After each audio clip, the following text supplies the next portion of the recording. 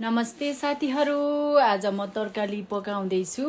अब तरकारी पकाउँदै टाइम पास गर्न पर्यो, तरकारीसँग रमाउँदै गर्छु। हजुरहरू पनि रमाउनु होला, कोसिस गर्नु होला ल।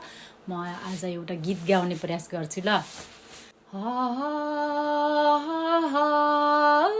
तिम्रै हो यो बैसा उमेरा,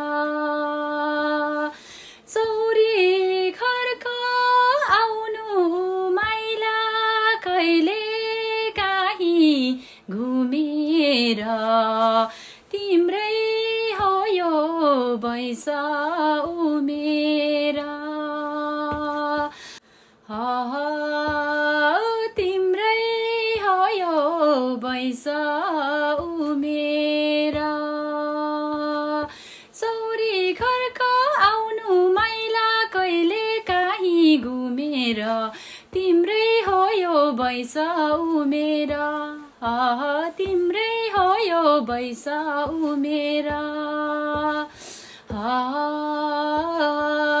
तिम्रै हो यो बैसा उमेरा। रामचेलीको चिसो हावा, सिमसिम पानी परेको, माया लाउन बेसी झरेको, माया लाउन बेसी झरेको। नमस्ते साथीहरू, जेपेटी भयो। म त यस्तै गर्दै रमाउँदै गर्छु। के गर्ने, गाउन मन लाग्ने, स्वर नहुने, तर पनि आफैदेखि आफै खुसी हुने हो। यसरी रमायो भने टेन्सन फ्री हुन्छ। एकछिन भए पनि एकाग्रत गर्न सकिन्छ आफ्नो मनलाई, तनाव मुक्त हुन्छ। त्यही भएर मैले यस्तै गर्छु ल।